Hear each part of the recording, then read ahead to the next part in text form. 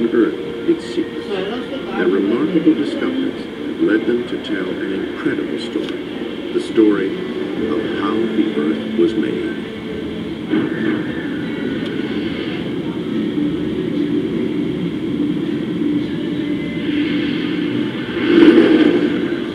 For thousands of years, humans had no knowledge of the true age and origin of the world.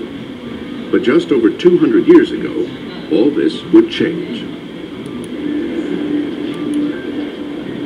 Scotland, the Edinburgh coast.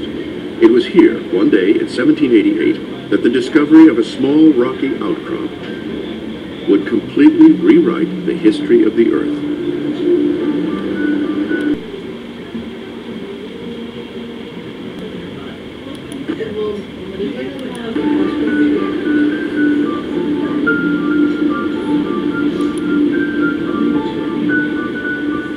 Geologist Geoffrey Bolton is on his way to the desolate Siccar Point, where this discovery was made by a maverick Scottish farmer, James Hutton.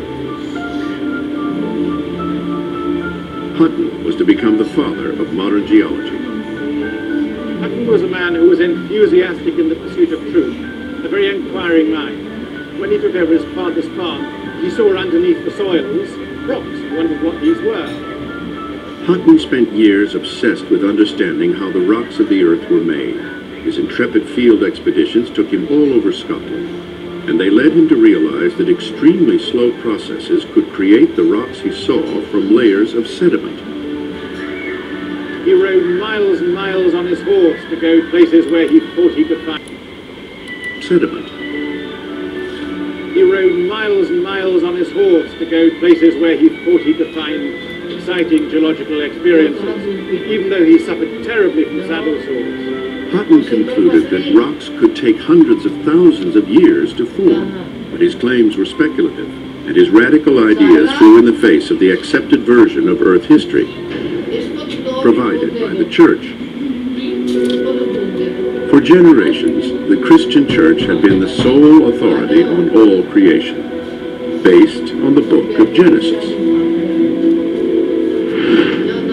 And using the biblical genealogies, church leaders were now confidently claiming they knew the exact age of the Earth itself. Archbishop Usher in the 17th century had calculated that the Earth was 6,000 years old, and indeed he calculated that it was made on October the 14th in the afternoon. Hutton was convinced that the Earth had to be much older.